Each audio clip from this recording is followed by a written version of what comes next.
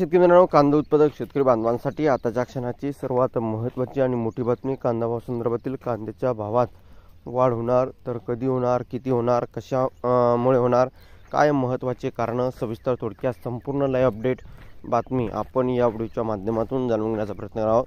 तर महाराष्ट्रातील तमाम कांदा उत्पादक शेतकरी बांधवांना एकच विनंती, व्हिडिओ शेवटपर्यंत अतिशय महत्त्वाचा व्हिडिओ जर आवडला तर नक्कीच लाईक करा. सांगा तुम्ही चॅनलवरती नवीन असाल तर या ठिकाणी बघितलं तर माझा शेतकरी यूट्यूब चॅनलला सबस्क्राईब करून दुसरा बायकन म्हणजे घंटा नका, जेणेकरून म्हणजे नोटिफिकेशन तुमच्यापर्यंत पोहोचते. स्क्रीन शकता अवकाळीने कांदा सडला, कृषी मंत्री अंतात ढेकळाचे पंचनामे करायचे का? बघू शकता मागील महिन्यात राज्यभरात अवकाळी पावसाने थैमान घातले होते, त्यामुळे शेती पिकाचे अतोनात नुकसान झाले होते. प्रामुख्याने काढणीवर आलेला कांदा शेतातच सडून गेला होता, त्यामुळे शेतकरी आर्थिक संकटात सापडला आहे.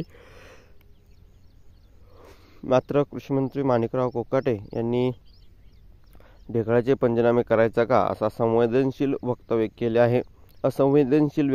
आहे. राज्यातील अवकाळी पाऊस व वादळी वाऱ्यामुळे कांदा उत्पादक शेतकऱ्यांचे मोठे आर्थिक नुकसान झाले आहे. साठवणूक केलेला कांदा बाजारात विक्रीसाठी तयार. कांदा वादळी वाऱ्यासह पाऊस आणि ढगाळ वातावरणामुळे जमिनीतील ओलावा वाढल्याने कांद्याच्या साठवणुकीवर परिणाम झाला. कांद्याला ओल लागली आहे, त्यामुळे शेतकऱ्यांना कांदा मिळेल त्या भावात विकावा लागणार आहे. परिणामी शेतकऱ्यांना आर्थिक फटका बसला असून तोंडचा घास इरावला आहे.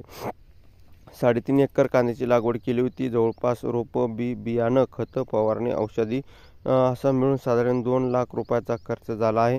अवकाळी पावसाचे काही कांदा शेतात सडला तर झाकून ठेवलेला कांदा पाण्याखाली गेला आणि काळपट पडला आहे, तर काही कांद्याला कोंब फुटले आहेत. सध्या चांगल्या कांद्याला 15 रुपये पर्यंत भाव आहे. आधीच कांद्याला भाव नाही आणि आता दुष्काळात 13वा महिना म्हटल्याप्रमाणे अवकाळी पाऊस आणि जगायचं कसं, असा सवाल शेतकरी कल्याण वाणी यांनी केला आहे. धन्यवाद.